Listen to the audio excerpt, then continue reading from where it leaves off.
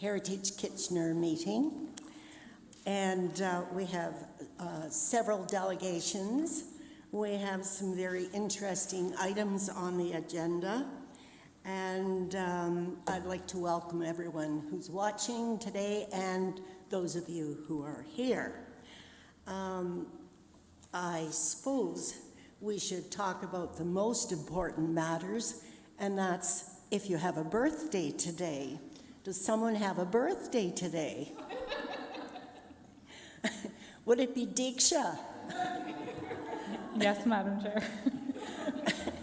I don't see any cake around here, nor pop or ginger ale or anything like that.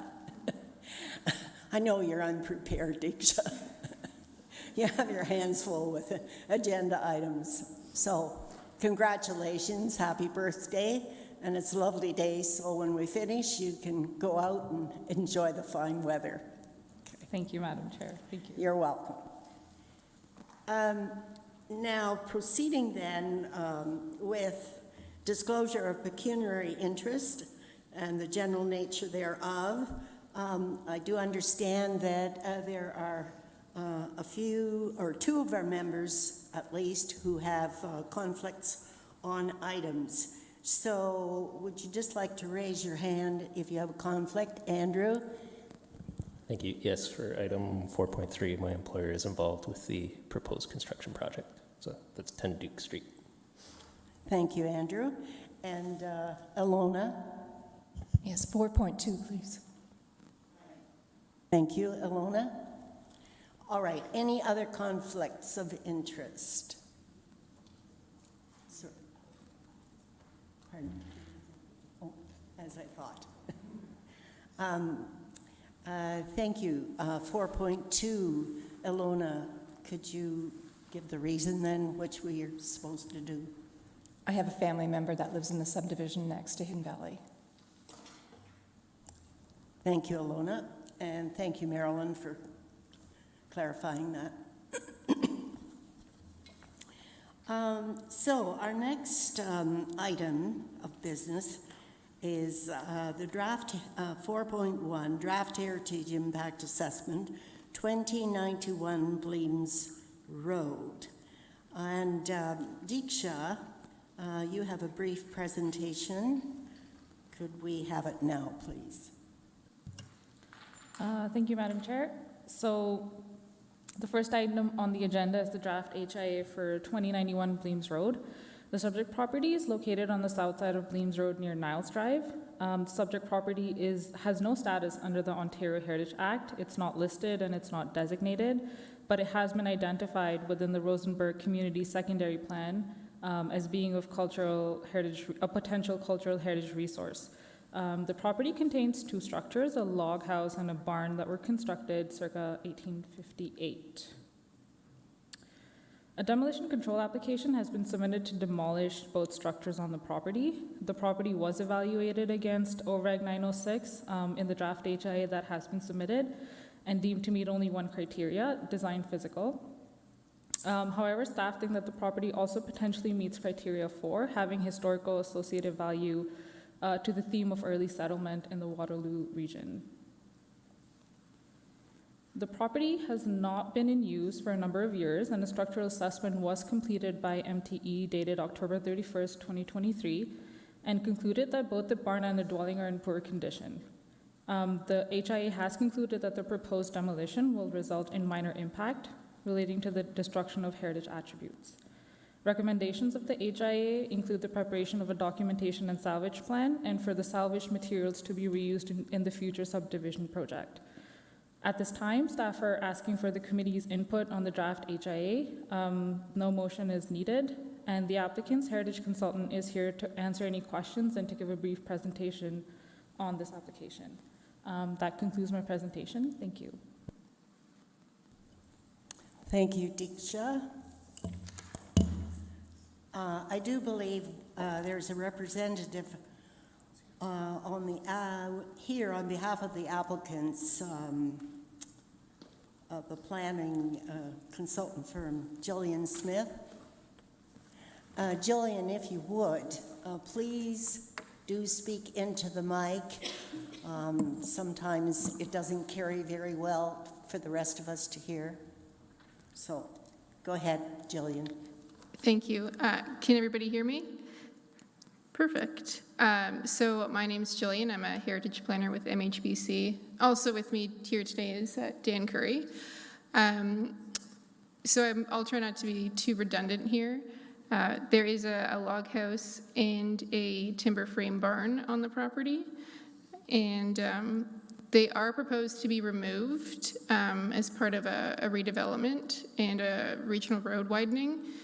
The subject property is part of the Rosenberg secondary plan, and it is designated for low-density residential, so the plan is to develop it as low-density, but there is no sort of specific development proposal on the table right now. It is also, a portion of the property will be taken as part of a regional road widening on Bleems Road. The property is not listed or designated, but it has been inventoried on the Rosenberg secondary plan. And as such, because of the proposed removal, an HIA has been required. MTE did conduct a structural condition assessment, and I'm going to walk through some of their findings. Just really quickly, on the right-hand side, you'll see the log house, and on the left-hand side, you'll see the barn.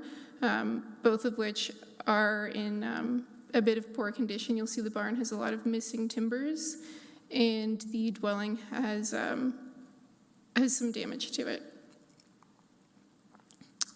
Hopefully you can see these. I'll work left to right. So the left-hand side, you have beams. These are unbraced. These are photos from the MTE structural report as well. Then we have a disconnected support post that is also from the log house. There are rotting logs within the house as well.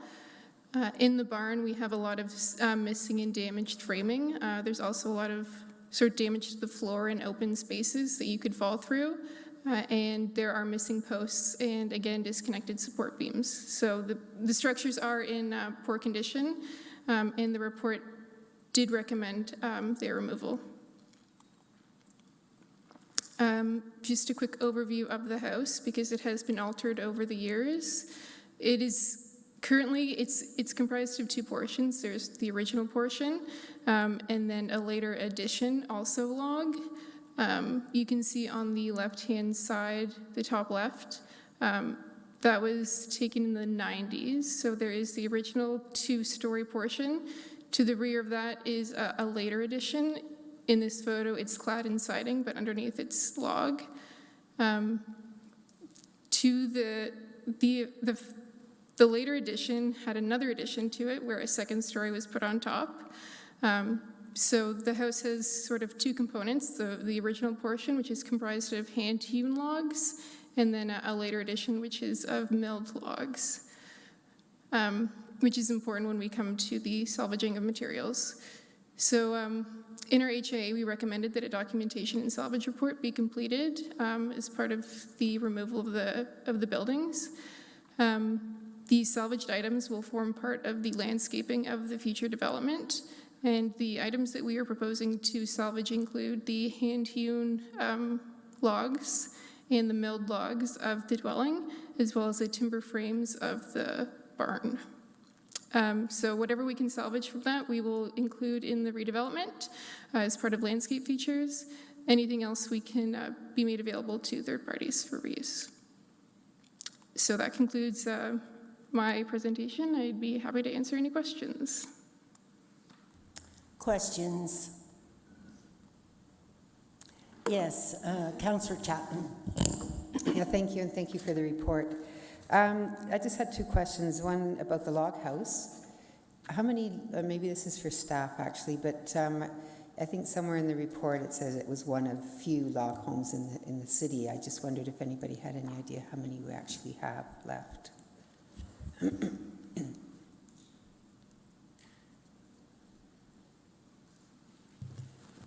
Through you, Madam Chair, I can try to answer that question.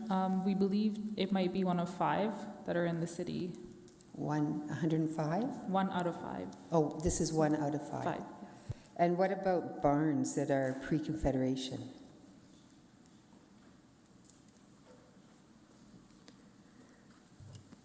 Through you, Madam Chair, we'd have to follow up on that. There aren't many left, but we would have to follow up on the exact number.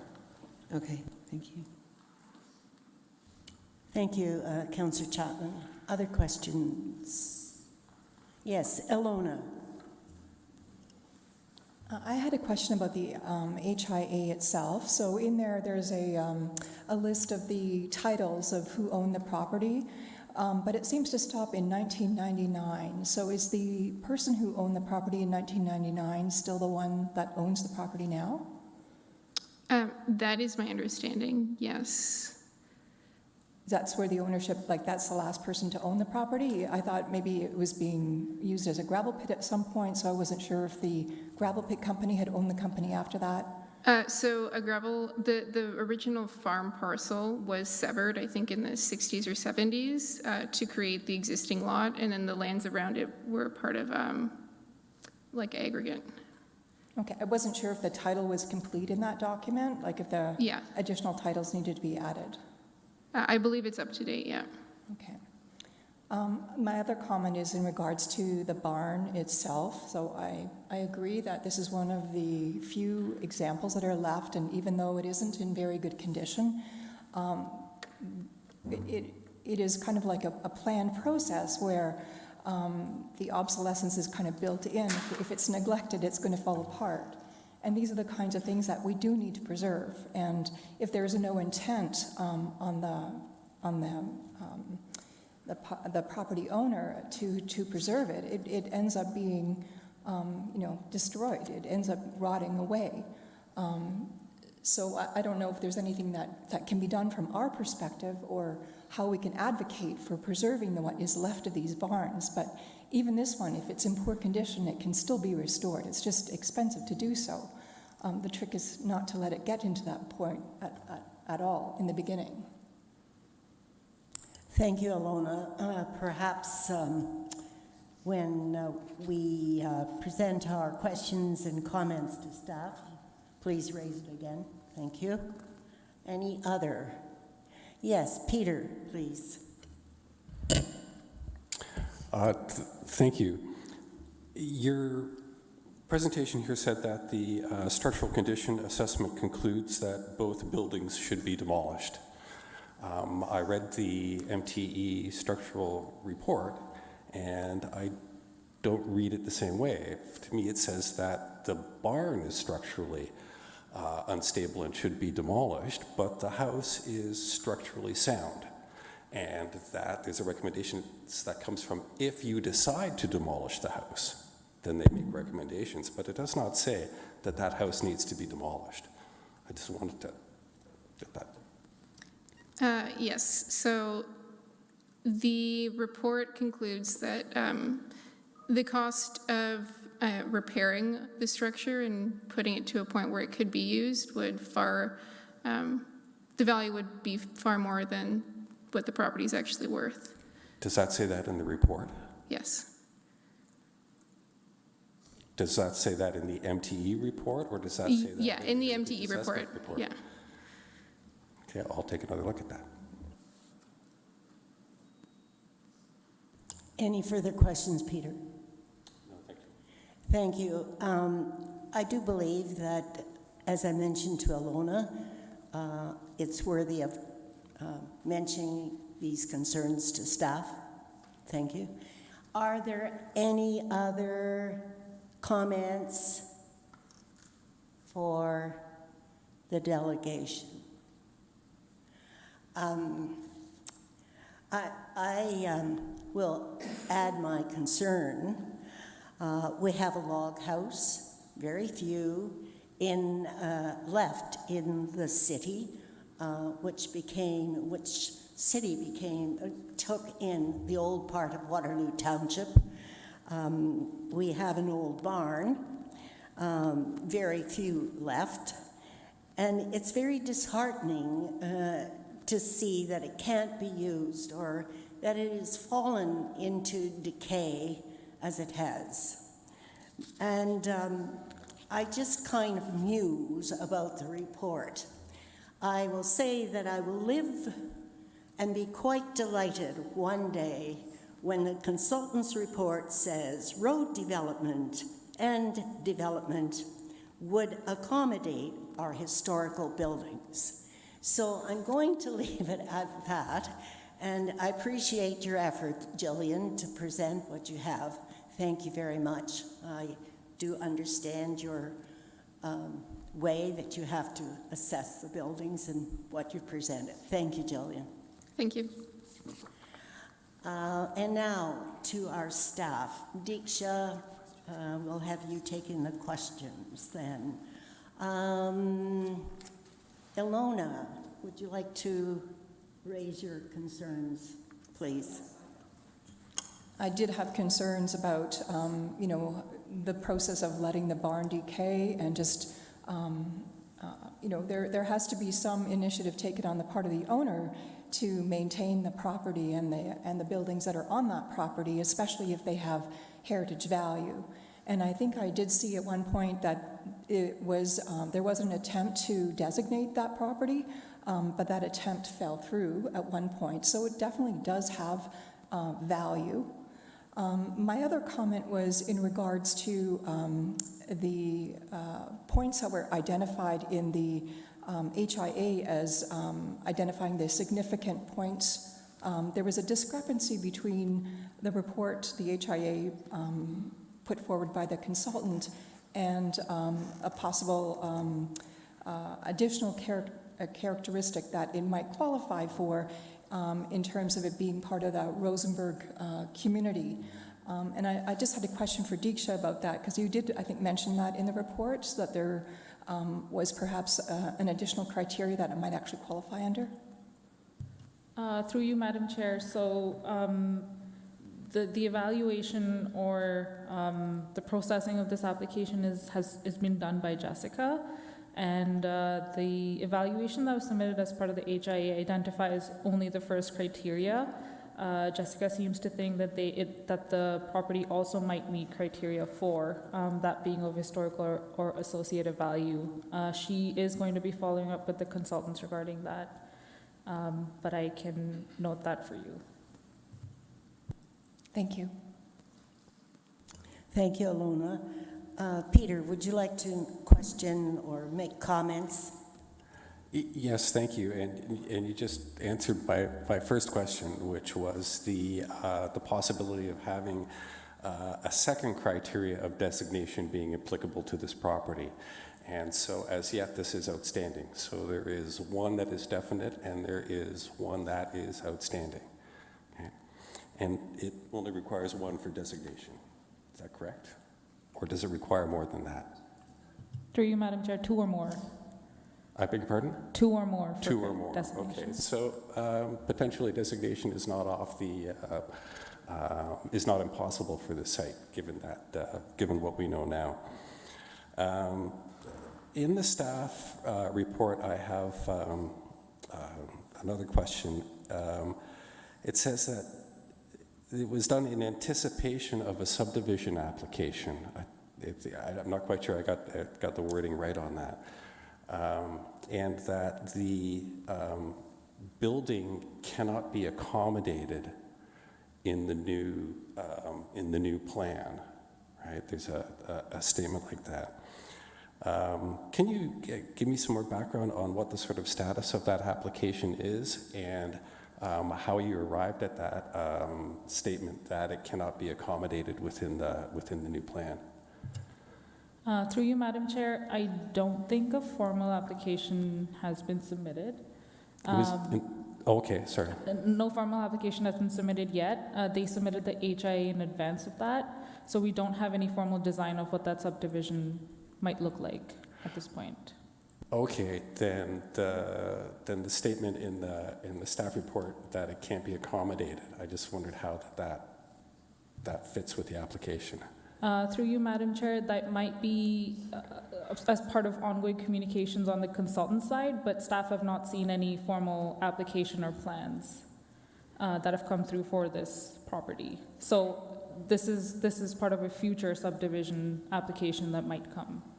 Okay, so we don't know whether this building could be accommodated within the new proposed plan for the area. Is that correct? Through you, Madam Chair, we have not seen any plans. Okay. Yeah. So I could assume that that potential could exist, whether in situ where it is now or as a relocation, that this building could potentially be reused. And there's no other than financial constraints on the part of the developer that would otherwise prohibit that. Okay. Thank you. Thank you, Peter. Since this is an opportunity for committee feedback, I won't ask this again, but I do believe Peter has made a very good point. It appears that the application or whatever's happening for the subdivision, it's still in limbo.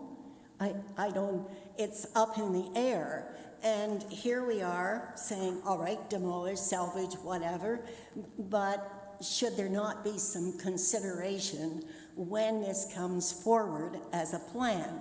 I think Alona has made good comments as well, and so Councillor Chapman and all the others. We probably are thinking of these older structures. And granted, it looks in disarray. They do. They don't look well taken care of. However, I think of the structure that is now out in the Williamsburg Sports Center, where there's an older building, and granted it was stone, but it was moved into a part of the new area where it will now accommodate facilities that go along with the sports field. And I would hope that, and I think Peter's made a good point, Alona's making the point, Councillor Chapman, we're talking about these remnants of the old Waterloo Township. They're log, they're well built, if we look, and rather than saying, oh, we'll put a remnant here and a remnant there, can we not find a purpose for these buildings and how we rejuvenate them? So those are my comments, and this is the feedback from the committee. Are there any other comments here? Yes, Andrew. Thank you. Just a minor comment. The HI report includes a report from MTE that's noted as draft all throughout. I think it'd be good for that to be the final version from our structural consultants that we see when this actually comes through. That's all. Thanks. Thank you, Andrew. Any other comments on this one? Yes, Peter. Yeah, I'd just like to make a brief comment that this house is structurally sound. It is one of the oldest buildings in Kitchener.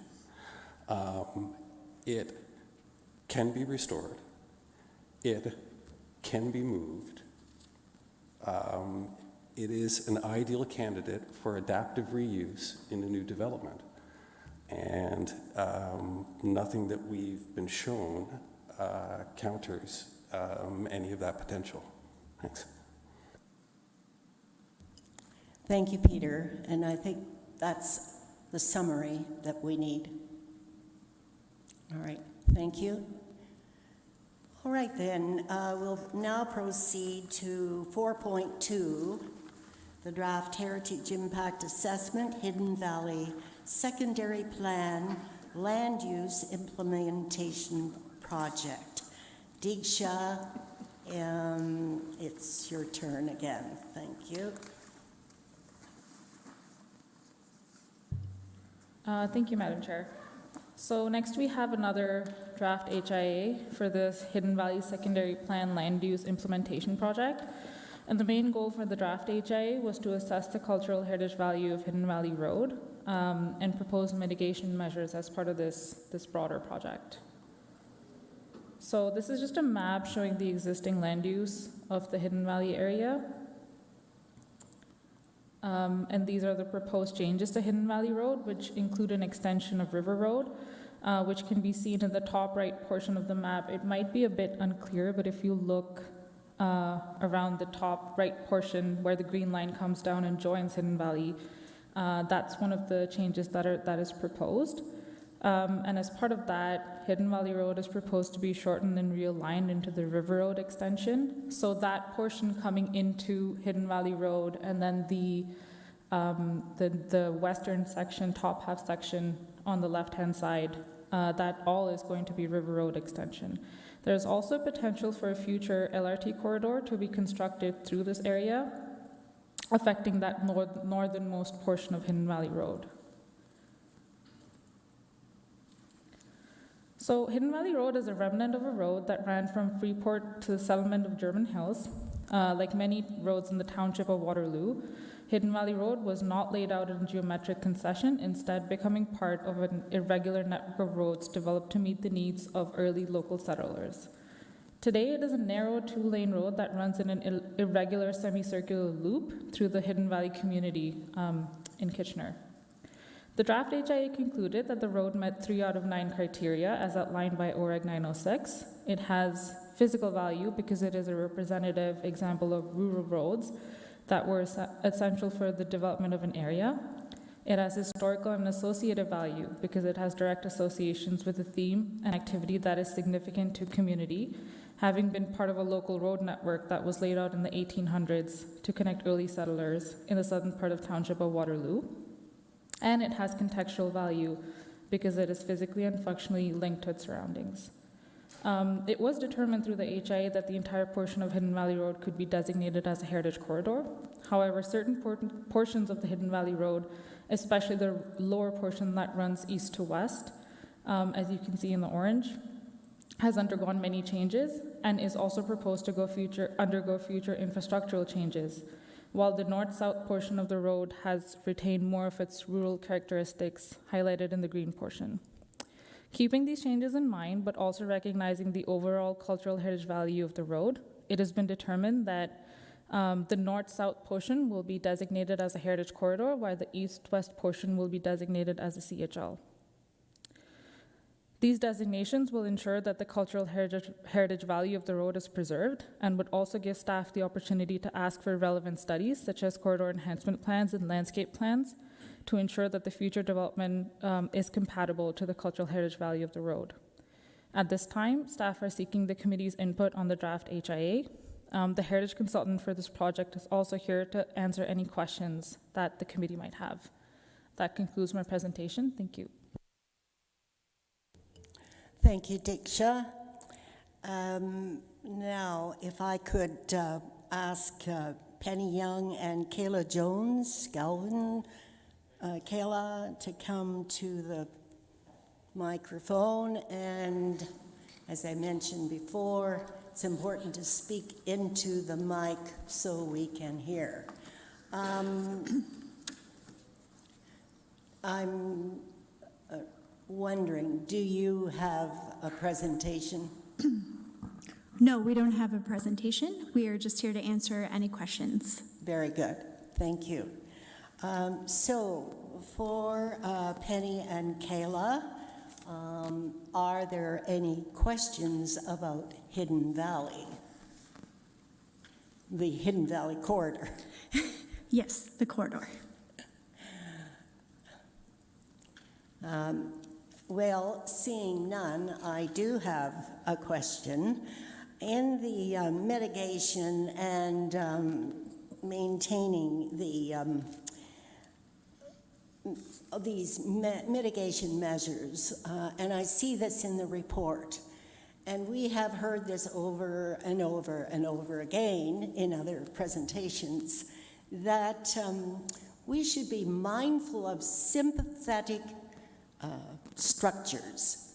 And I wonder if you could describe what a sympathetic structure would look like. I think it's very generic, and I like the term. However, sometimes we get hung up on our idea of sympathetic and consultant and the applicant and the staff. So could we hear your description of sympathetic? Do you want to go? Sure, I'll give it a go. In terms of the different types of development that are being proposed as part of the master plan, and in terms of next steps and stages, at this point in time, getting into the specifics of what, again, not to sound like we're dodging the question, but specifics of what the development might be looking like and how that could or could not be sympathetic is something in our report we say needs to be addressed once these developments are being proposed. The challenge being that currently it's just high level in terms of what is proposed in the different areas. We have a sense of density, but not any specifics in terms of a plan of what the buildings might be exactly. So that's sort of a non-answer, but not wanting to kick it down the road. It really is dependent on what the different developments are proposed to be in these future steps, and then we recommended the need for heritage impact assessments as it relates to specific developments as they are proposed during the next stages of work done in this area. But that we have evaluated it and have determined it has value. Multiple criteria were met, and so that it will go on the official plan, that there'll be mapping of where the corridor is and the landscape. So it's sort of entrenched now, the principles and what the attributes are and what have you. So the hope is that'll be what guides future individuals doing an assessment. Anything to add? Could you explain, frequently we talk about sympathetic, and we talk about mass, and we talk about density, and we talk about height, and like with respect to buildings. What do you mean by massing and density, that type of thing? Do you want to give it a go? Yeah, I can give this one a go. So when we're talking about height and density and massing, we're obviously, I think height is self-explanatory, how high it is in relation to where it is, what is around it, but also the topography. When we're talking about massing, we're talking about the individual buildings and how, I guess, like how boxy they look. Are they broken up? Is it a straight box? And in terms of density, obviously that's how many units or how much building is on a lot.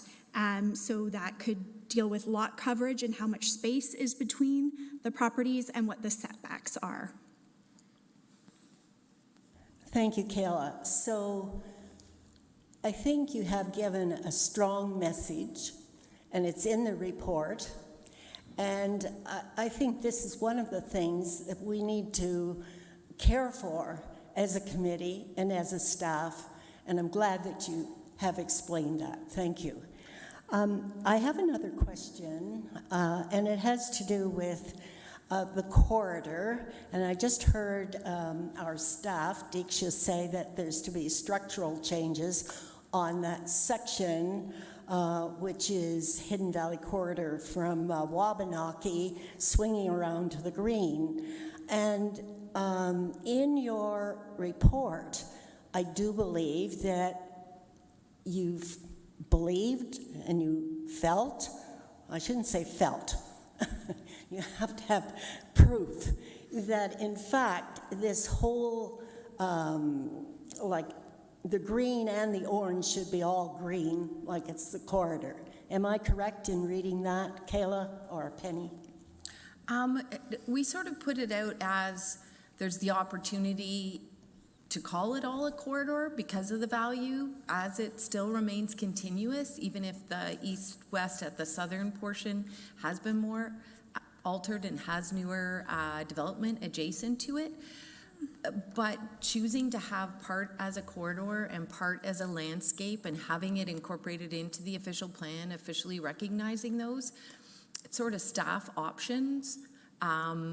So the idea was sort of thrown out when we were looking at the entire corridor.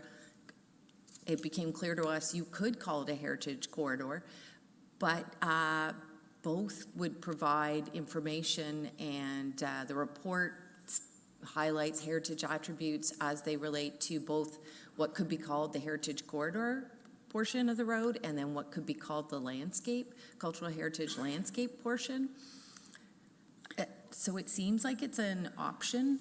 Yeah, I guess just to add some clarity to that, our report found that the entire orange and green has cultural heritage value. We've expressed it in the statement of significance. And then the protection of that cultural heritage value and heritage attributes, again, is up to the city on how to protect those, whether it's a designation, whether it's a corridor, whether it's a landscape. This is offering protection for the entirety of what we recommended as having cultural heritage value. Right. So it will take work on the part of, I shall say, the back and forth between staff and developers and all the rest. It indeed does to protect it. I believe there is another map, and I haven't got it here, but you also indicated where the view sheds. And could you explain that? Could you just give us an overview of what that entails, what it means? Diksha, do you by chance have the map available? No.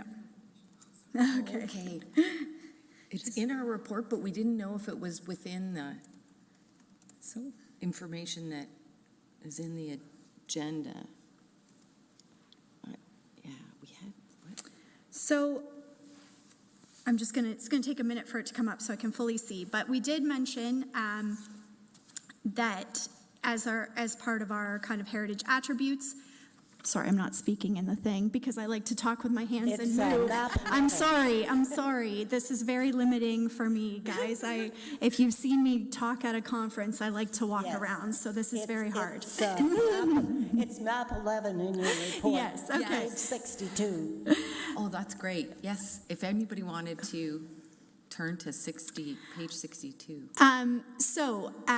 We have identified views as a heritage attribute, and we wanted to be specific about what those views meant and where those views were. So that is kind of the basis for that map. As you've probably been working with the Ontario Heritage Act, there's increasing requirements to be specific about where those heritage attributes are located. So that is the map of the heritage attributes and how we protect those and identifying which views are important. I think will be a very good tool in going forward and for the Heritage Committee and for staff to be able to identify or look at impacts to those views should the development within those specific areas go through.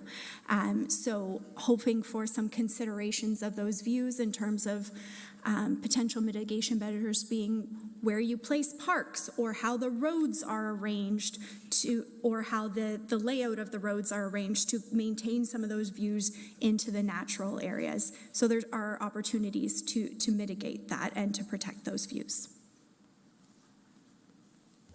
Thank you, Kayla. That's a good overview. Thank you. Are there any other questions for the delegation?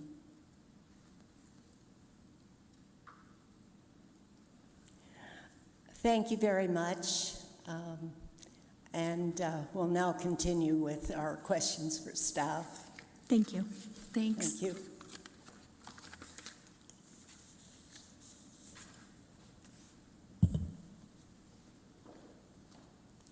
Yes, now for staff.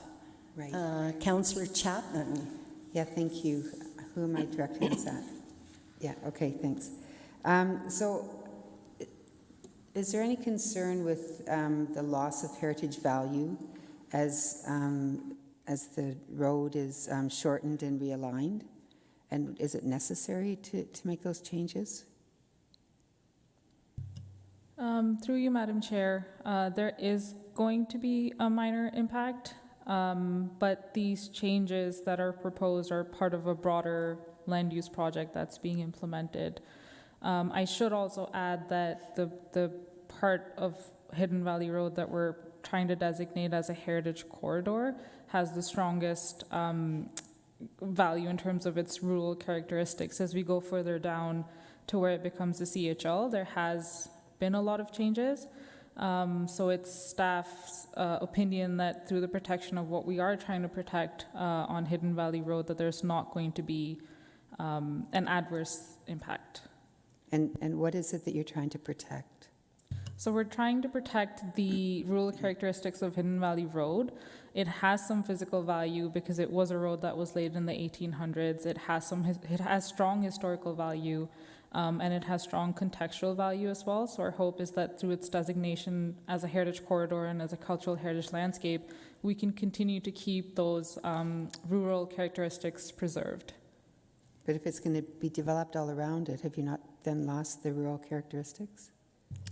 Through you, Madam Chair, there's no development that's going to happen on the actual road. I think the development that the consultant and we're anticipating is going to be around it, and part of the activity is to ask for certain plans, whether those are corridor enhancement plans or landscape plans or building elevations, things like that, so that we can process and monitor the kind of development that's happening. But the road itself is going to be preserved as a heritage corridor through an official plan amendment and through its designation as a CHL. But that's after it's been shortened and realigned. Through you, Madam Chair, the parts that are being shortened and realigned is not part of the designation. Oh, okay, so it's just the cultural heritage landscape that's designated, but the part that's being shortened and realigned is the heritage corridor? No, if you look at the map that you have in front of you, the parts that's being shortened and aligned is on your top left corner. I don't think I can point to it in a map, but that top half of Hidden Valley. Oh, there you go. Yes, so that portion is going to be shortened and realigned. The portion that's being designated as a heritage corridor in a CHL, there are no changes proposed to those. Okay, sorry, I got that wrong. I thought the green area was going to be the heritage corridor, and that was what was going to be shortened and realigned. Okay, thank you. Councillor Michaud, did you have a question? I do. I just need some clarification. Very good. Go ahead. So I'm looking at the map here. So can you put your cursor to where the heritage designation, is that where your cursor is now, up in that area? Or where is the heritage piece of this road, designated part? Is it the green?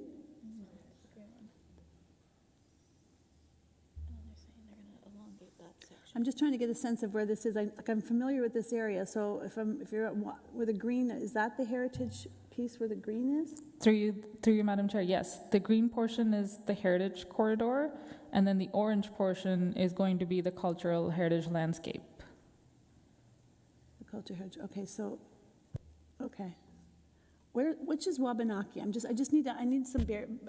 to get my bearings here because I'm not quite sure where, because I'm really familiar with this road and I really want to get an understanding of it. So Wabanaki Drive is, if you can see on the left portion of the red boundary, Yeah. Wabanaki Drive is the road that's going north, like in a north-south direction. That's Wabanaki Drive. Okay, so the heritage piece is coming off of Wabanaki. All of that is going to be designated. All the orange. the green piece is already developed. Is that where all the houses are up in that area? Through you, Madam Chair, yes. Okay. So, and then the orange portion is the proposed cultural heritage landscape. Okay, thanks. Any other questions? Yes, Andrew. Just a quick comment. I think earlier in your presentation you had the land use master plan.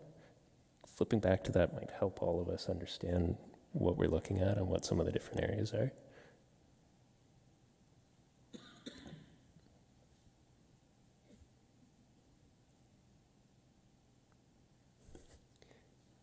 And if we can't go back, we can't, and that's okay.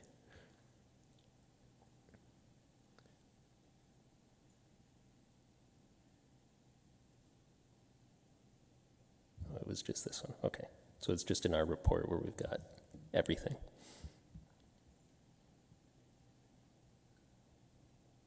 Okay. In that case, we'll move on. Thank you.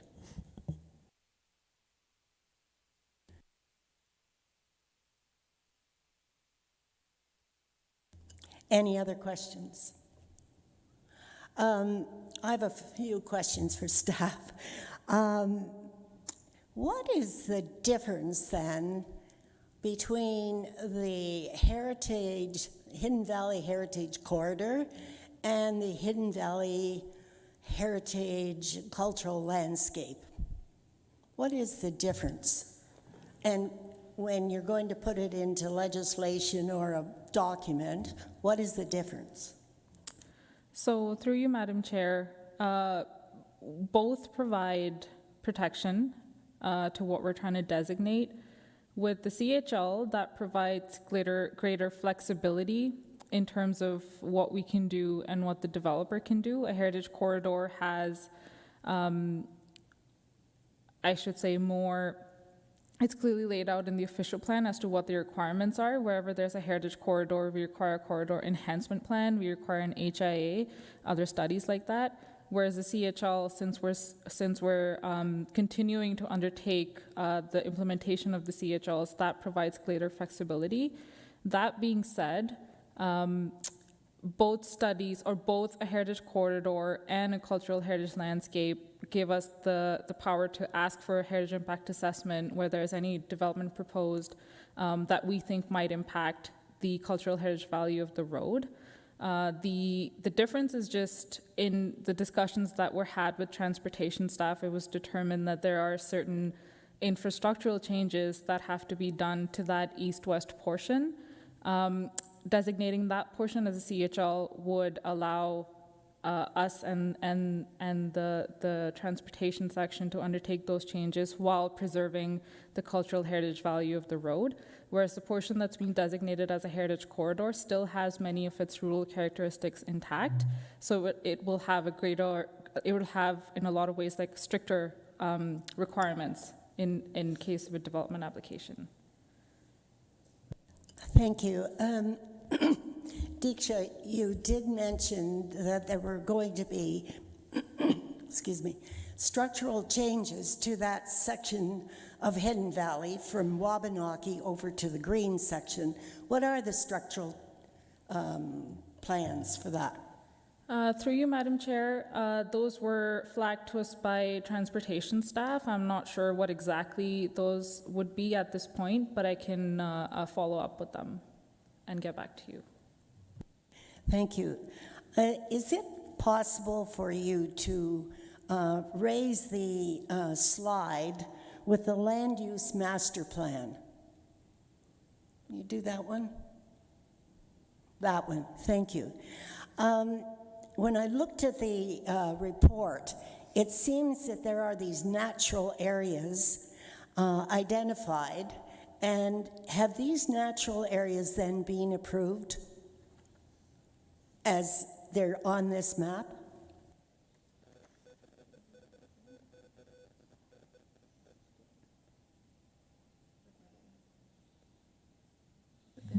There we go. Sorry about that. Through you, Madam Chair. The land use master plan is still in a draft form, but this plan does have council approval. We're undertaking a number of technical studies to inform and slightly tweak the areas on this particular plan. The natural area specifically will be refined through this environmental impact study that's currently undergoing. Mapping should be finished shortly. Thank you.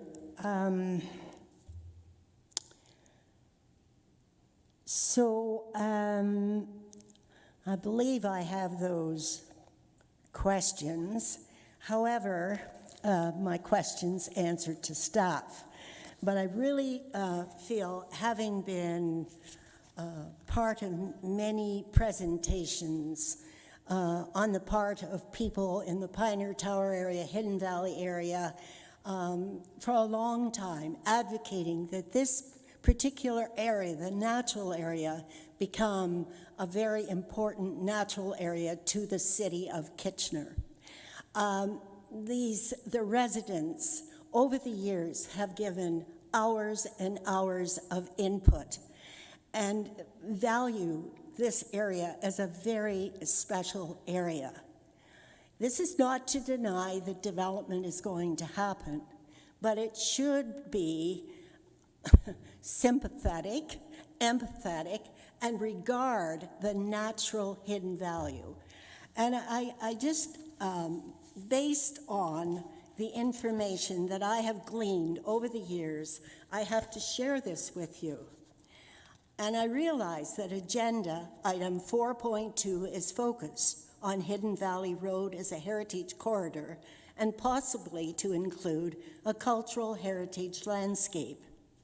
The accompanying assessment by ARA in our agenda package provides excellent information about the road. However, there is some and more supporting evidence which enhances the description of the road, the land, and its views. And I acknowledge Consultant ARA Report Map 11, page 52, which sets out significant views. And I hope we pay respect to those views. Since the 1980s, I've been aware of the work by the K.W. Field Naturalists, Grand Valley Trails Association, environmentalists, and local residents to promote the area as a specific area to be identified in Kitchener's official plan. What makes Hidden Valley culturally, environmentally, and naturally significant? Hidden Valley's natural history dates back 10,000 years or more to the glacial times, evidenced by a long, narrow gravel ridge or esker that you'll find if you're out walking in that area. Hidden Valley stores 25% of our region's drinking water. Kettle lakes today, known as provincially significant wetlands, are plentiful in Hidden Valley. Forests contain both old-growth trees and Carolinian trees. Hardwood stands of oak, beech, cherry, maple, and butternut help to clean carbon out of the air. Endangered species such as the Jefferson salamander live here. 59 different types of birds, including the bald eagle, Canada warbler, nighthawk, eastern wood pewee, chimney swifts, willow flycatcher, and bitterns make Hidden Valley their home. Regional plants such as wood sedge and fringed gentian are a rarity and are found here. And I would like to share a poem composed by the late Daphne Nichols, resident, photographer, and artist. It spells out one of the best views of Hidden Valley. Hidden Valley, the woods, fields, wetlands, the mature oaks, maples, cherries, beeches, and hemlock groves, the ephemeral pools in spring where Jefferson salamanders mate, species at risk including Jefferson salamanders and a butternut tree, and threatened species, including wood sedge, fringe gentians, barn swallows, chimney swifts, least bitterns, little brown bats, northern bats, and rusty-patched bumblebees, and species of concern, including bald eagles, Canada warblers, common nighthawks, eastern wood pewee, eastern milk snake, monarch butterfly, snapping turtle, West Virginia white butterfly, and the many wildflowers, Carolinian plants, and the migratory waterfowl. The creeks that flow to the Grand and contribute to the region's drinking water, the hills and valleys that are part of the Waterloo Moraine, filter and store our water. And so, to conclude, I really have to say, and I can't offer as much as I can, the strong comments that in the consultant's report, 12.0, mitigation measures, that all of these be included. And I would say that instead of using the word could be developed, it should say should. And so I'm going to leave it there. It's been years and years and years on this, and I will be honest, I've participated in many road projects and other projects in this. And I trust that the City of Kitchener will consider this natural environment and care for it like with kid gloves. So, any other comments? Anybody else have anything else to add to this? Madam Chair, if I may, so the ongoing secondary process, the secondary planning process that's being entertained right now is implementing that master plan. So Council had endorsed at a very high level conceptual master plan for Hidden Valley. I can assure you, as part of this work in implementing land use, there is specific review of natural heritage and there are environmental considerations as part of the overall project. Today, the HIA was really focusing on the cultural heritage landscape and the heritage corridor, but I can assure you that natural heritage continues to be a defining factor as part of the larger work. Right. And just as much as this natural corridor in the center of the project, I would say you can only experience it if you go out there and experience it, go on this. And the road that is being proposed, it's very special. And we need to take the utmost care. And I realize that you will get pushback on, oh, you're stamping on my rights and what to develop and how it's to look. But really, it can enhance the whole situation if we take special care. So, and thank you, Garrett, for that. Any other questions, comments?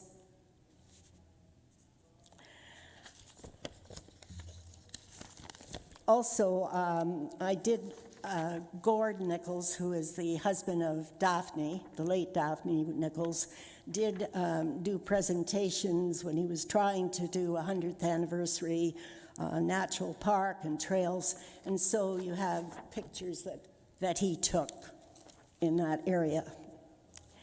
Our next item then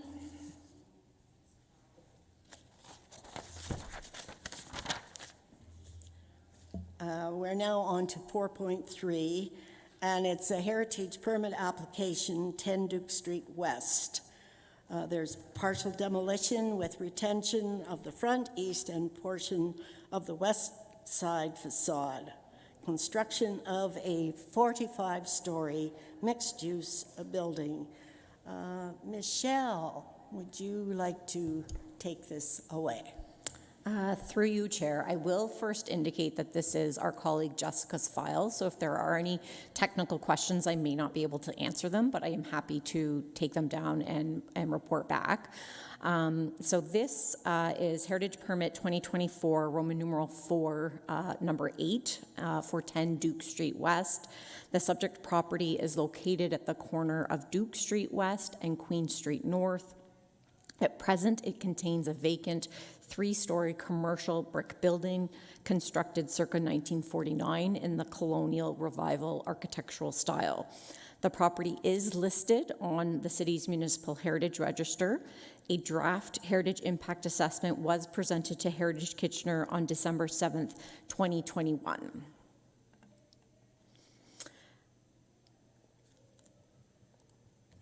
The applicant is seeking permission for the partial demolition of the building on the property where the entirety of the front, that being the Duke Street facade, and the side, that being the Queen Street South facade, as well as a portion of the interior side or west elevation facade, will be retained and incorporated into the podium of a new mixed-use development.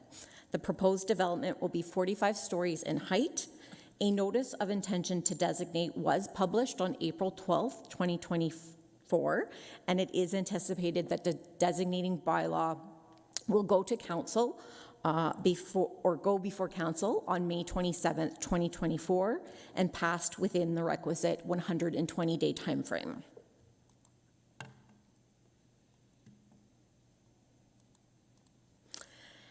In conclusion, it is recommended that the heritage permit application be approved, subject to a number of, oh, sorry, did I miss a slide? I think I did. My apologies, everyone.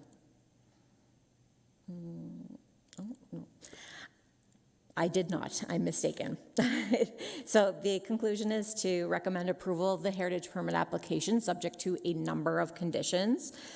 In general, the conditions relate to the submission of a variety of final documents, so the heritage impact assessment, a conservation plan, a temporary protection plan, a risk management plan, etc., as well as final building elevations and review of both the final or the applied for demolition permit and building permits to ensure that they comply with heritage approvals and planning approvals.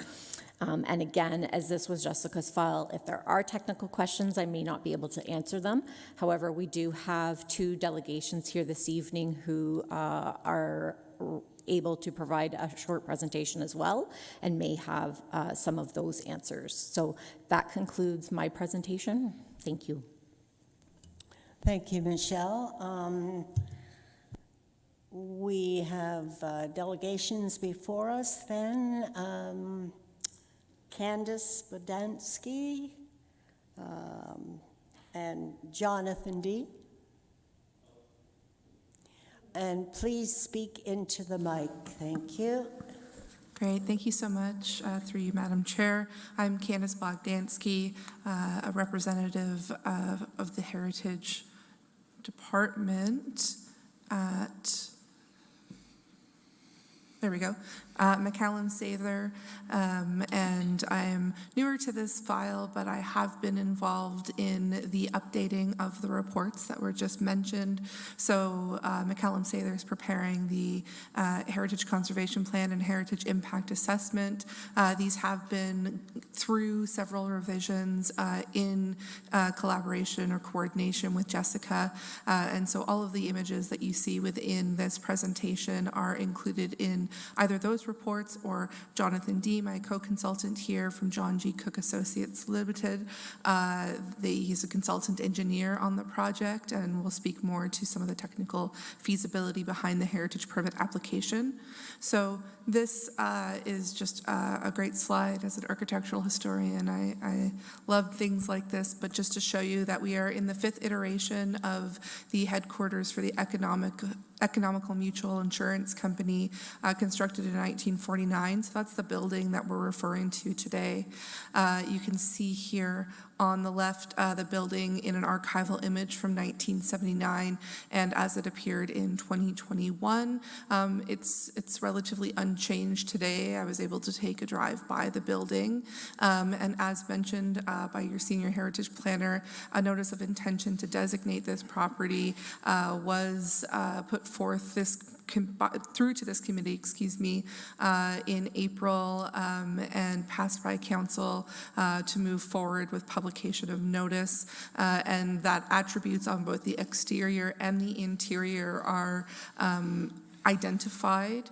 There will be retention of the facades to a certain depth to create a three-dimensional legibility of this structure, not only on its south and eastern sides, but also 3 bays deep on its western side. And that will help to retain the landmark elements that make this building so contextually significant within the landscape.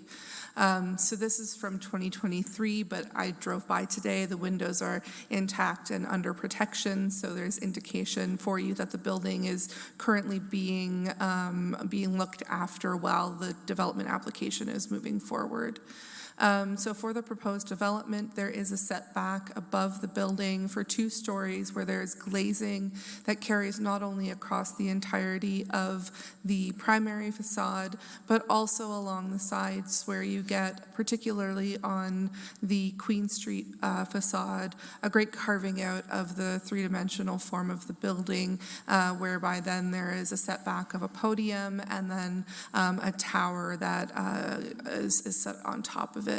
So we've already discussed the proposed development. The alterations will involve stabilization of those facades, some dismantling of some of the heritage attributes, both exterior and interior. These will be fully documented and will be conducted in consultation with your heritage staff.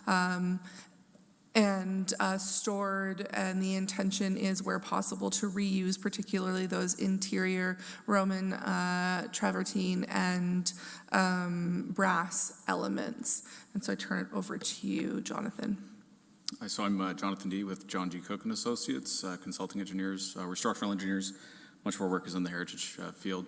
We were involved following site plan application comments, which asked for a structural assessment report, and I'm paraphrasing, but a methodology and approach for how to safely demolish, selectively demolish portions of the building and integrate the new facades into the new construction without damaging them, or the existing facades rather, into the new construction.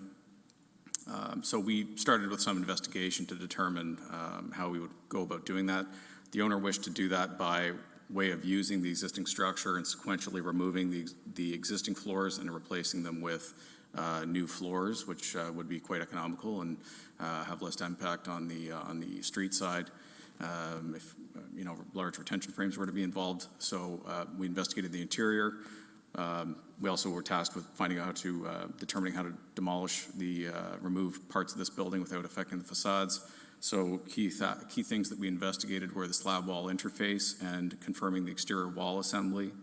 So we confirmed there were no steel columns in the wall assembly. It's load bearing, supporting steel beams.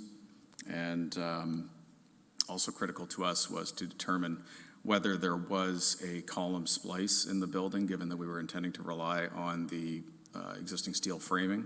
And we did indeed find one above the second floor.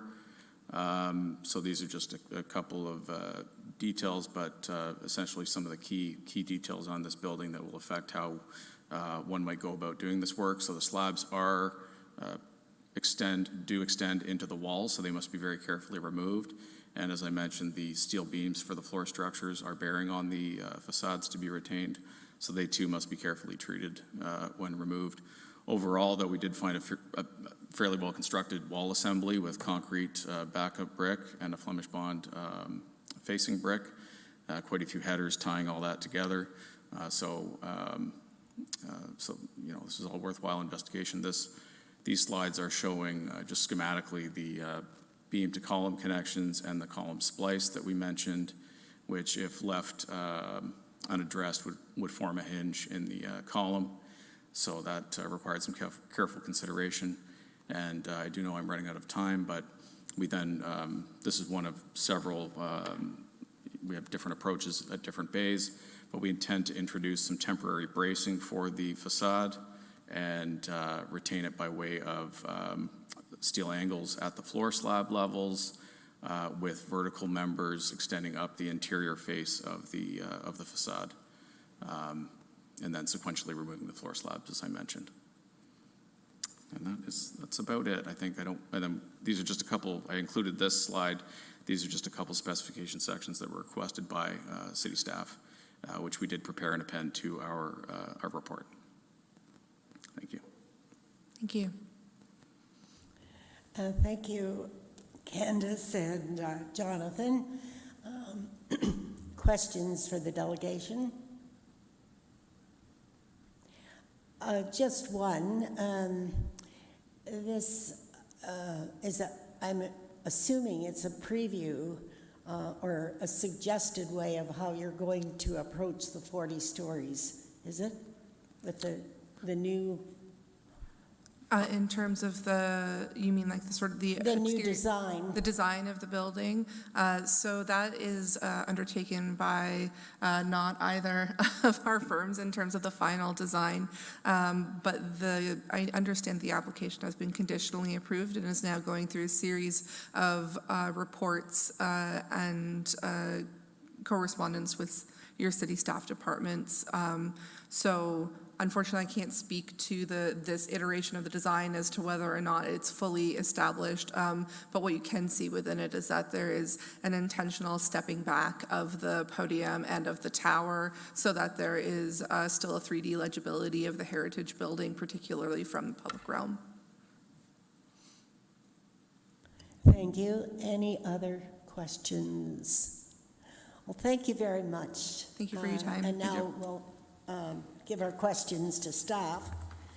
And it is on the partial demolition, I believe. That is what we're looking at today. But I do see in the recommendation, there's also talk of the construction of a 45-story mixed-use building. So, questions to staff on this? Yes, Peter. Will this project be coming back to the committee when a demolition permit is applied for? Through you, Chair, no demolition permits do not come back through Heritage. I'd take that back. The NOID will have been passed. Thank you. So yes, a demolition related to the partial demolition of the buildings to facilitate the full application would be required, although I think Jessica's, no, so that's, sorry, my apologies. The report that's before you tonight is a heritage permit. It's twofold. One is the partial demolition, so this is the opportunity for the committee to comment on the partial demolition, and then two, the construction of the mixed-use building, the 45-story mixed-use building.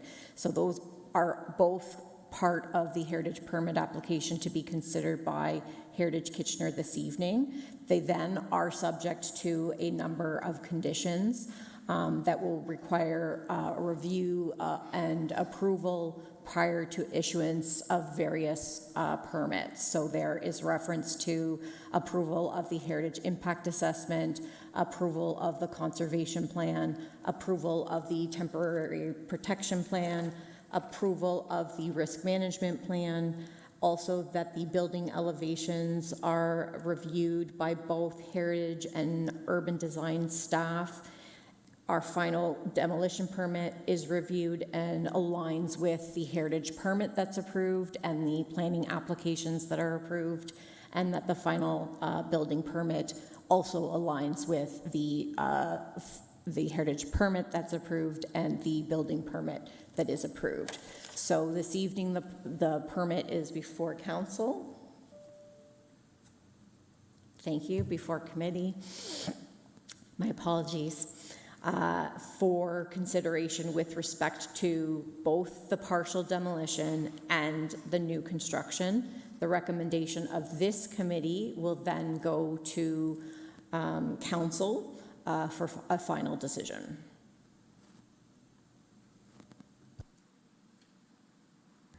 Thank you. You said that the demolition, part of the demolition permit would be aligned with the building permit. Can you elaborate on that? So it is our standard practice, essentially any demolition permit that comes through the city, heritage or not, heritage staff review to ensure we don't have any concerns. When there are heritage interests, so in this case, likely by the time the permits are applied for, the property may be designated, then what we are reviewing is to ensure that what they have applied for in terms of the demolition aligns with the approvals that have already been granted. So there are planning approvals that are granted and subject to a number of conditions. And then there are the heritage approvals that are subject to a number of conditions. And so the demolition permit, what staff will be looking for is to make sure that things like the conservation plan, the temporary protection plan, the risk management plan, and all of the elements of those various plans have been completed and approved, and that what they submit for their demolition permit aligns with all of those documents we've received. And then that is repeated when they apply for the building permit for the new construction of the 45-story mixed-use building. We would then review that building permit application, again with respect to the Planning Act applications that are in place, as well as the heritage permit application approvals that are in place. Thank you. But the demolition permit is not, having a building permit is not a requirement of having the issuance of the demolition permit. Is that correct?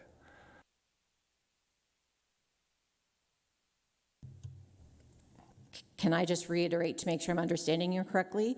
You're asking if they will be required to have a permit for new construction before they have a permit to demolish? Yes. I don't believe that's a condition that we typically apply. Through you, Madam Chair. So the timing on this one is a bit unusual because it's listed on our register and it has to be designated by the end of this year. They have a conditional site plan that includes a requirement for designation. So the designation would have to be in effect before the demolition and before the new construction could occur. So that's just because of the nuance of the time with the provincial expiry at the end of this year, that's the timing that we were able to negotiate with this developer. Thank you. Any other questions? Yes, Councillor Chapman. Yeah, thank you. So when I looked at this this proposal or this application, what came to mind was the 16 to 20 Queen Street North building, which was also an example of facadism, and it sits untouched, right? It's fenced off. It's really an eyesore. You can no longer see the front of the building from the street. And I worry about, well, first of all, I worry about facadism because I don't think it's the preferred heritage route to take with any heritage building. But I also worry about what the time frame of this will be. Are we going to have a similar situation where the building is all boarded up and fenced off and it will sit there for, another 3 or 4 years? Through you, Chair, I will point to the report prepared by our colleague Jessica, and definitely it's not heritage staff's preference to see facadism as an initial option. However, sometimes when we get down to the details of the how the building has been constructed, the size of the site, it can be determined that in order to conserve part of the asset, that facadism is an option that can be considered. So in this instance, Jessica did advise the committee through her report that alternative development options, including retention of the building in full, were explored during the planning process and are also discussed in the draft heritage impact assessment.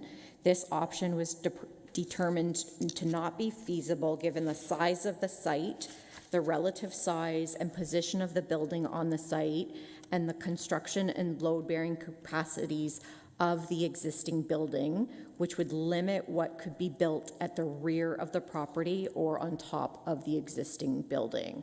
They also explored relocation of the building, but were determined that it was not desirable given the loss of its contextual value. So there were alternatives considered. That is standard practice in our heritage impact assessments, is to ask for a consultant to consider a range of options and then evaluate those options and recommend the preferred option. So that's where we've come with this particular option. With respect to timing, unfortunately, once approvals are in place, the city it doesn't dictate the timing. So it would then be in the hands of the applicant to move forward with any other approvals that are required and applications for permits, and then ultimately commencement of the work on site.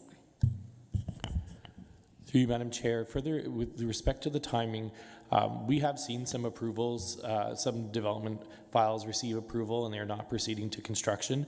In this case, they are actively clearing all of their site plan conditions that have indicated that they are looking for construction this year. I can't guarantee that, but they are actively pursuing the full satisfaction of all conditions of site plan approval. Okay, thank you. Any other questions? Yes, Alona?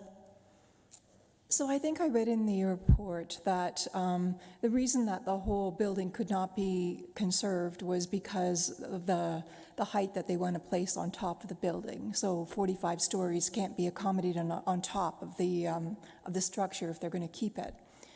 What is the maximum height that could be put on top if the structure were to be preserved the way that it is now, like if the building were to be kept intact?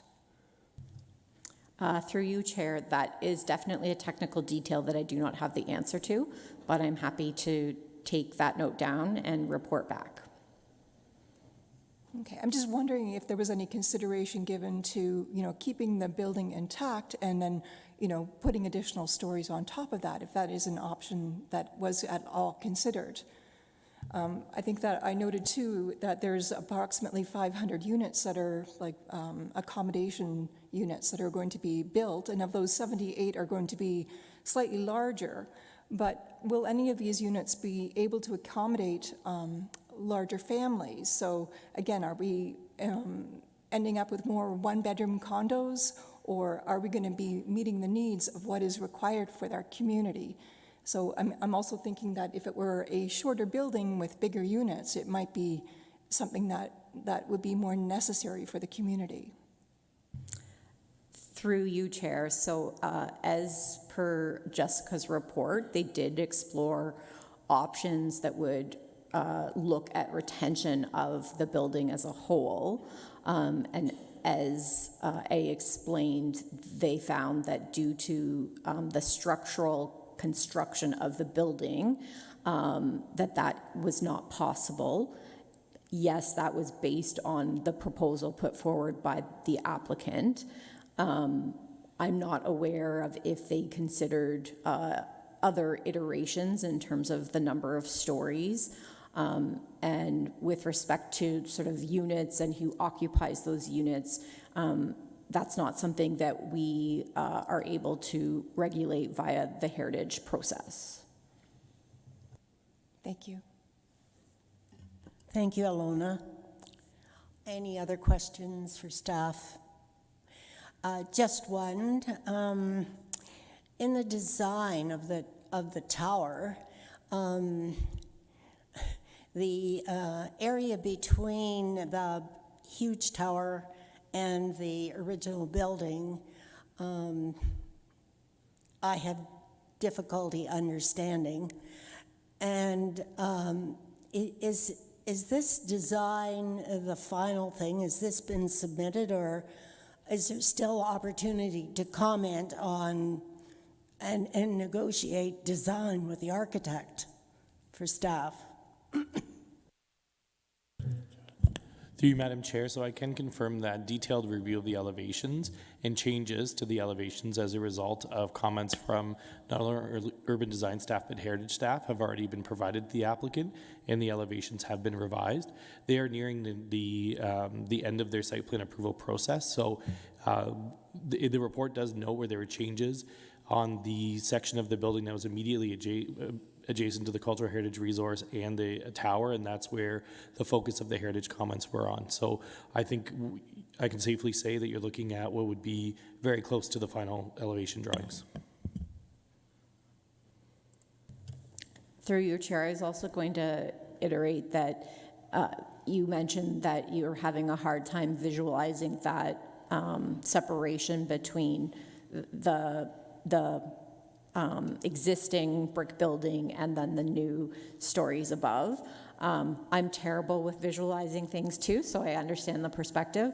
I believe, although it's not going to be a replica, I believe it's somewhat similar to Huck Glove, where you see that the story above the roof line is stepped back and then it's also glazed. So it gives you this distinction of here's this brick massing, here's this separation, and then the development above, if that helps. Thank you. I just wonder, I realize you have a design team with the city, but since it's related to a heritage building, perhaps the next time it could come before our Heritage Committee for comments. So, thank you. Through you, Chair, it did actually come through the committee. It's just gone over a number of years, so I believe there's been some turnover in the committee members. Thank you. All right, seeing no more questions, we now will go to the recommendation. As the recommendation will go before Council May 27th. So I will read it. That pursuant to Sections 33, 34 of the Ontario Heritage Act, Heritage Permit Application HPA 2024-408 for the property municipally addressed as 10 Duke Street West be approved to permit, as outlined in the Development Service Department Report DSD 2024-160, the partial demolition of the building, excluding the front, which is south facade, east side facade, and part of the west side facade. And 2, the construction of a 45-story mixed-use building with retained portions of the original building integrated into the podium. So do I have a mover for this recommendation? Councillor Donnie? Thank you. All right. All those in favor?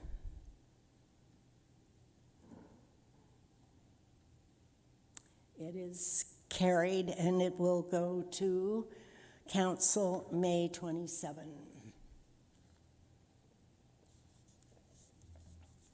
Next item is 4.4.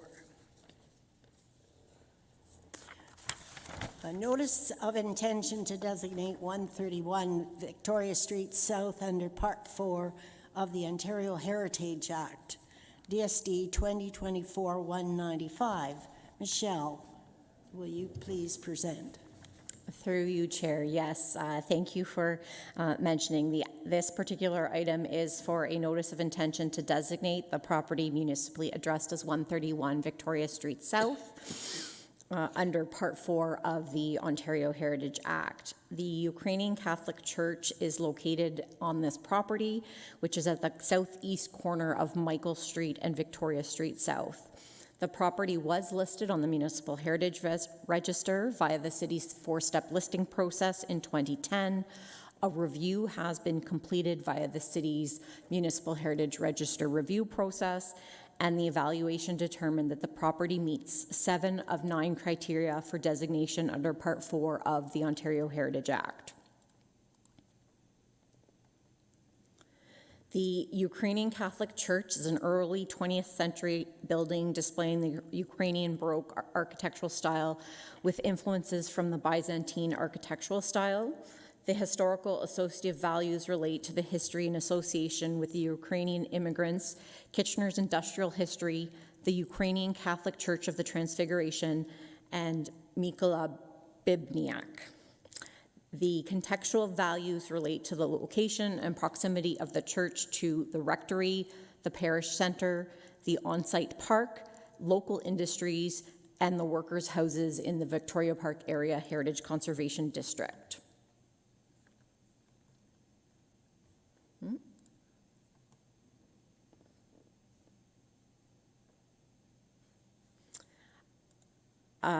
My apologies, I thought I had another slide, but I don't. So the notice of intention is before the committee this evening. You had previously seen the revised statement of significance and had provided direction for staff to pursue the NOID. And so the report before you tonight is to consider that notice of intention to designate, and with your recommendation going to council. And that concludes my presentation.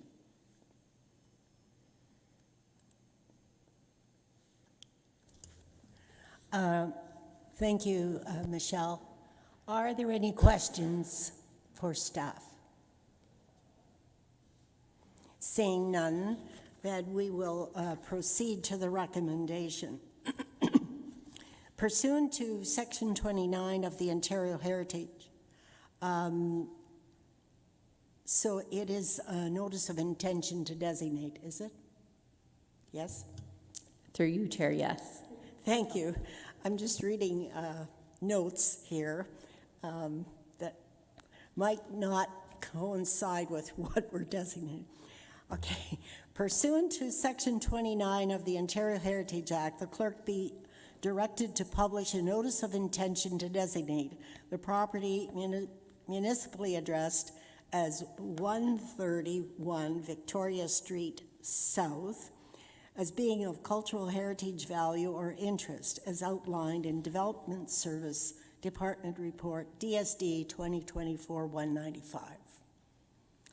Who would move this, please? Andrew? Thank you. All those in favor? Carried.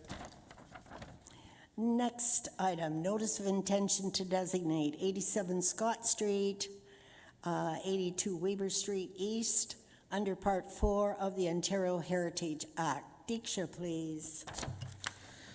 Thank you, Madam Chair. So yes, next we have another NOID for 87 Scott Street and 82 Weber Street East. So 87 Scott Street has design value because it's a representative example of the Italianate architectural style, and it has undergone recent rehabilitation to repair and restore original and character-defining elements. 82 Weber Street is an excellent example of modern or modernist architecture within the Waterloo region. Notable features include cast-in-place concrete used to create a textured surface representative of natural materials and circular disc decorative motifs. These buildings also have historical value because they've been designed by Horton and Ball Architects, which is a local firm responsible for designing notable buildings within the area, including Waterloo Public Library and the Stanley Park Mall. And it contributes to understanding the modernist movement in southwestern Ontario. They also have contextual value because it contributes to the continuity and character of the Scott Street streetscape. and 87 Scott Street mirrors the adjacent 91 Scott Street and creates a distinctive and balanced frame to the entrance of Pearl Place. That concludes my presentation. Thank you. Thank you, Diksha. Any questions for Diksha with respect to these properties? If not, the motion goes like this.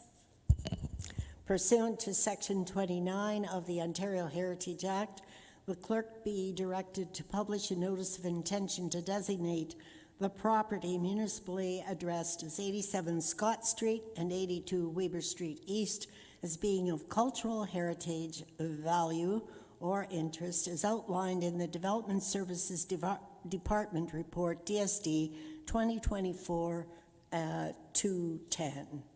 So who would move this one, please? Peter will. Thank you. Any further comments, questions? All those in favor? Carried unanimously. Thank you.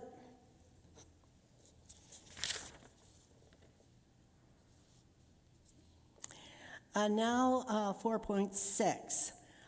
Bill 23, Municipal Heritage Register Review, and this is the May 2024 update, DSD 2024-194.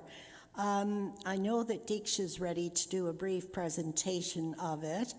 Would the committee agree to having each one of these properties dealt with separately as we've done before? Is there someone that would move that? Yes, thank you, Councillor Chapman. All right, Diksha, if you'll proceed, please. First one is 131, 151 Charles West, 170, 188 Joseph Street, and 3-44 Francis Street South. Through you, Chair. I will provide the presentation as the majority of the properties this evening were reviewed by myself, with, I believe, one at the end by my colleague Diksha. The address is a long one, so I will likely simply refer to it as the Lang Tannery. The Lang Tannery is a complex of approximately 15 interconnected industrial buildings ranging in height from 1 to 5 stories and built between 1896 and 2012, primarily in the industrial vernacular architectural style. The property is located on a large block in the Warehouse District near downtown Kitchener, bounded by Charles Street, Francis Street, Joseph Street, and Victoria Street. When looking at the criteria under Ontario Regulation 906, we determined that the Lang Tannery has design physical value as an early example of the industrial vernacular architectural style with many intact heritage attributes. The craftsmanship and artistic merit of these heritage attributes are visible in features such as decorative brickwork, lion head tie rods, and painted signage. The property has direct associations with early settlement, the Six Nations, Joseph Brant, Colonel Richard Beasley, the Pennsylvania German Mennonites, the first permanent non-native settlement, which is now Kitchener, the German Company tract, the Township of Waterloo, German-speaking immigrants, Berlin as the county seat for the County of Waterloo, the Grand Trunk Railway extension, the leather tanning industry, and perhaps most importantly, given the name, Reinhold Lang. Together, these associations yield information that contributes to the evolution of our city and its strong ties to German immigrants. Further, contextually, the Lang Tannery remains in its original location and contributes to the continuity and character of the adjacent streetscapes and the overall Warehouse District. The property is historically and visually linked to its surroundings, especially the adjacent property that we often refer to as Lang Site B, that contains the last fully intact smokestack in Kitchener, which is already designated under Part 4 of the Ontario Heritage Act. It also is historically and visually connected to other industrial buildings, former homes of industrial workers, including those in the Victoria Park Area Heritage Conservation District. proximity to the railway line, and location within the warehouse district. The property is a significant landmark reflecting Kitchener's industrial vernacular architecture, the development and growth of Berlin, now Kitchener, the leather tanning industry, the establishment of Berlin, now Kitchener, as an industrial center, and the overall industrial development in Kitchener. I forgot to mention at the start that this particular property meets 7 of the 9 criteria for heritage designation. So the recommendation before, or sorry, the information before the committee this evening is to consider moving to pass the notice of intention to designate for, as I said, I'll just refer to it as the Lang Tannery Site A. That concludes my presentation for the first property. Thank you, Michelle. Are there questions for Michelle? Seeing none then, pursuant to Section 29 of the Ontario Heritage Act, the cultural heritage value or interest be recognized and designation be pursued, outlined in the Development Services Department Report DSD 2024-194 for 113-151 Charles Street West, 171-88 Joseph Street, and 344 Francis Street South, Kitchener. Who would move this, please? Donnie, thank you. All in favor? Carried unanimously. All right, Michelle, next. 8385 King Street West. Through you, Chair. So this property is located on the south side of King Street West between Gaukel Street and Ontario Street in downtown Kitchener. The building is constructed in the vernacular classic revival architectural style. And the evaluation confirmed that the property meets 5 of the 9 criteria for under Regulation 906. So when we look at those criteria, the property demonstrates design physical value as an early and rare example of a 20th century commercial brick building built in the classic revival style with vernacular influences. The building has many intact heritage attributes on the 2nd and 3rd floor. Most are demonstrated in the brickwork, such as the cornice, moldings, pilasters, hood molds, and voussoirs. Historically, the property is associated with early development of King Street in what is now known as our downtown. The contextual value of the property relates to its location and proximity to adjacent commercial buildings that share the same vernacular influences on the classic revival architectural style and almost identical heritage attributes. It is likely that these buildings were constructed around the same time and perhaps designed by the same person and or constructed by the same person. Collectively, the properties municipally addressed as 83 to 85 King Street West, 87 to 91 King Street West, and 97 to 99 King Street West contribute to the character of the city's downtown and the overall King Street West streetscape.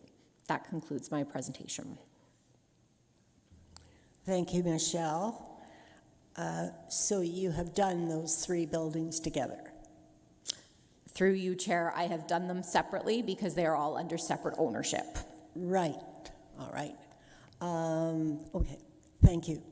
Are there any questions for staff?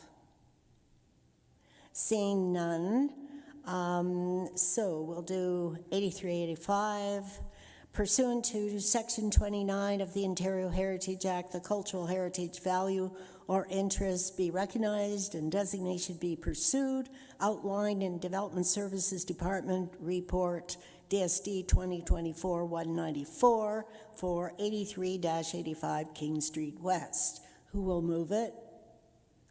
Thank you. Shannon. All those in favor? Unanimous. Next.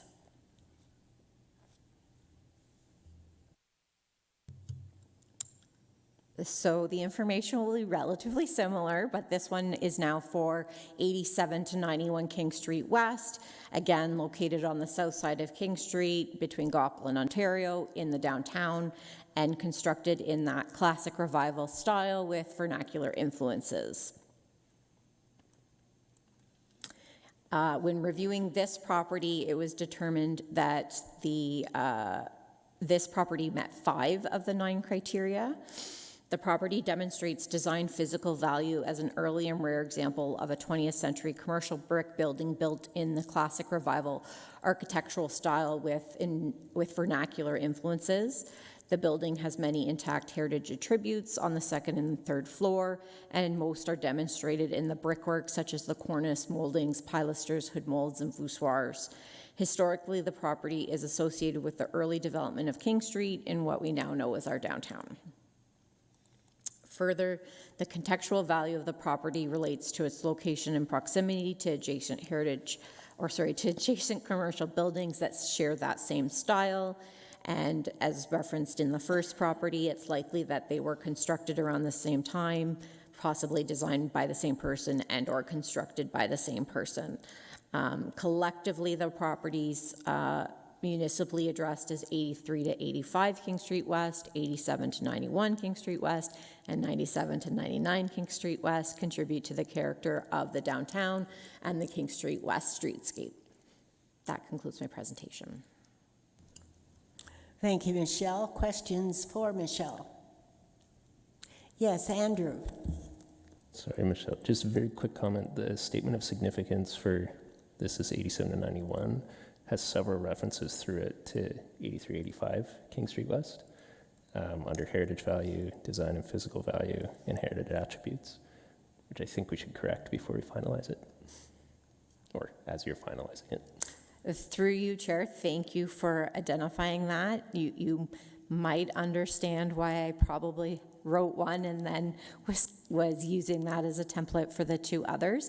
I will definitely, assuming the committee does direct staff to move forward with a notice of intention to designate, I will update and make sure all 3 statements of significance reference the correct addresses. Thank you. Thank you, Andrew. Any other comments, questions? All right. If not, pursuant to Section 29 of the Ontario Heritage Act, the cultural heritage value or interest be recognized and designation be pursued. Outlined in Development Services Department Report DSD 2024-194 for 87-91 King Street West. And a mover for that. Andrew Will, thank you. All in favor? Unanimous. Thank you. All right, Michelle, 97-99 King Street West. Through you, Chair. So again, 97 to 99 King Street West, south side of King Street, constructed in that a classic revival architectural style.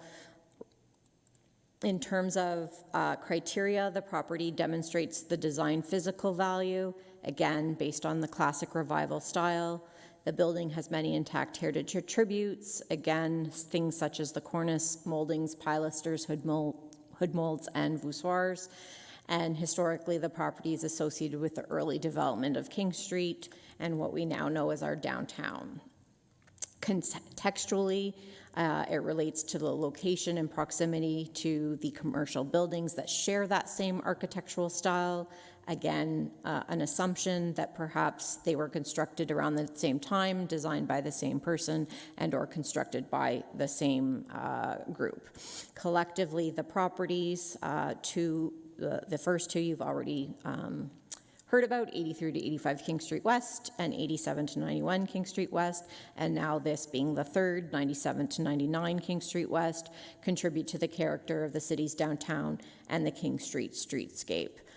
And just to clarify, the reason for separating them is because the noise will have to go to separate property owners should the committee choose to move forward that way.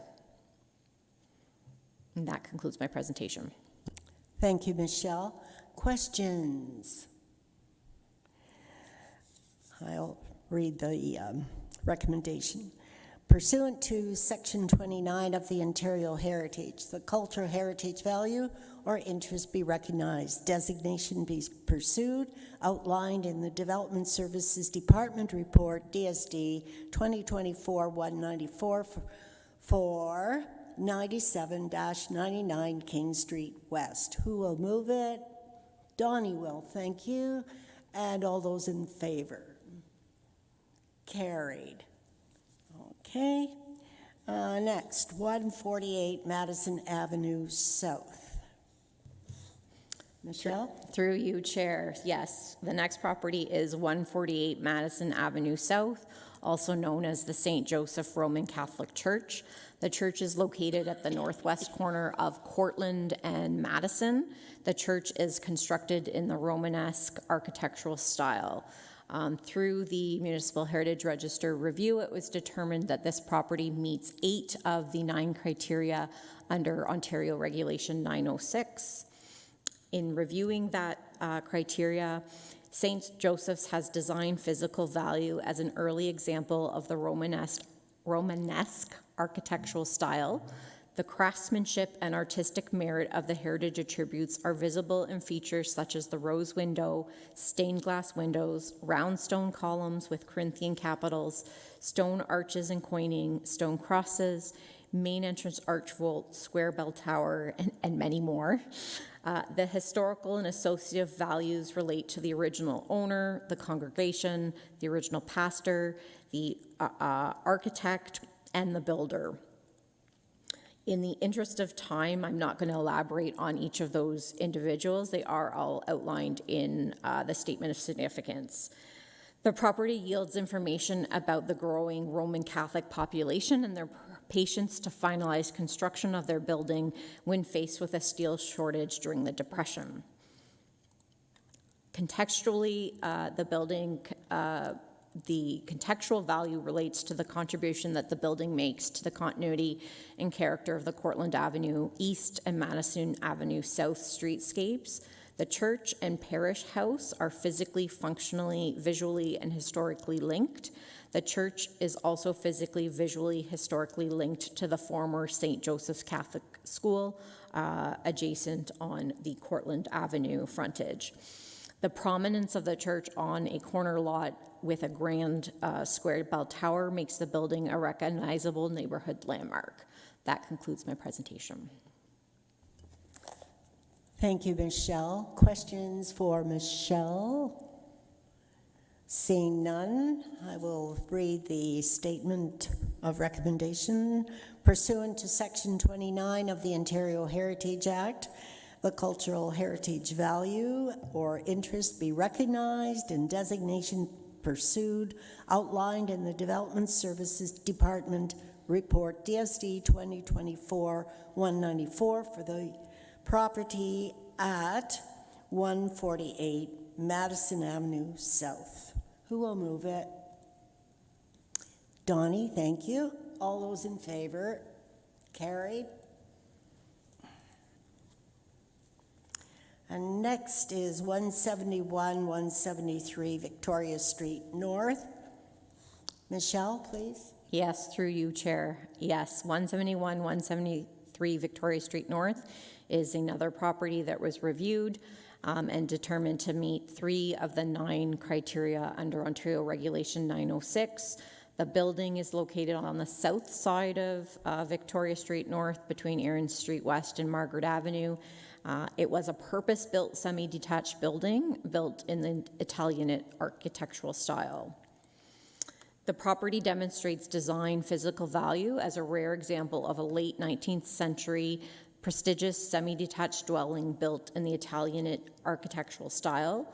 The craftsmanship and artistic merit of the heritage attributes are visible in features such as the projecting bays, the intricate design of the fascia soffits and frieze board with their paired brackets, the use of both buff and red brick, the brickwork like brick vousards, segmentally arched windows, the front entrance with its transom and side lights, and many more. With respect to associative value, Ian McNaughton founded MHBC in 1973 with a vision to create a planning firm built on innovation, integrity, strategic thinking, problem solving, and excellent service. He was honored as a fellow by the Canadian Institute of Planners, which is the highest recognition a land use planner can achieve.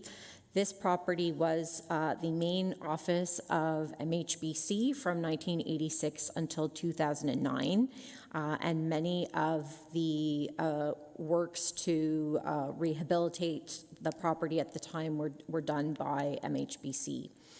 The property does not have contextual value. And that concludes my presentation. Thank you, Michelle. Any questions? I will read the recommendation.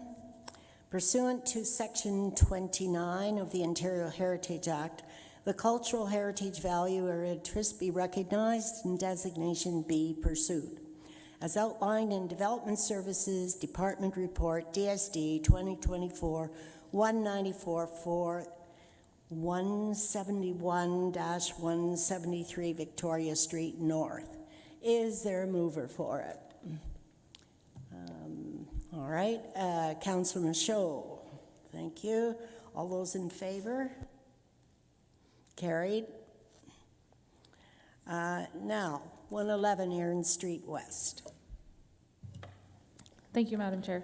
So 111 Erin Street West is located on the south side of Brideup Street, taking up a whole city block between Erin Street West and Weber Street West. Staff have conducted an evaluation and concluded that the property meets 5 out of 9 criteria for designation, identifying this property for its design, physical, historical, associative, and contextual value, and recommend that designation should be pursued. The existing building spans an entire block and is a representative example of an early industrial vernacular architectural style in Kitchener. The building is in good condition with many intact original elements, including but not limited to the yellow brick construction, parapet walls, stone foundations, and the shallow buttressing between windows. There have been many additions to the original portion of the building at the corner of Erin's and Brideup, eventually evolving into the U-shaped building footprint that exists today. The historic and associative value relate to the original building owner, Hartman Krug, and the Krug Furniture Company. Hartman Krug was one of the most prominent and influential businessmen at the center of the industrial boom taking place in Kitchener, then Berlin, in the late 1800s. He opened his furniture factory, the Krug Furniture Company, in 1887. The company has seen immense success since its founding and still continues to be a prominent furniture company in Ontario. During the company's early days, at one point, due to its size, the property was considered the biggest furniture factory in the British Empire. 111 Erin Street has contextual value because it is physically, functionally, visually, and historically linked to its surroundings. The building exists in its original location and still occupies a whole city block. The property is also within the Warehouse District Cultural Heritage Landscape, which has been identified as a high priority CHL. The Warehouse District CHL is significant because it includes a number of buildings that were instrumental to the development and progress of Kitchener's economy, making it the center of industrial growth in Canada at the turn of the 20th century.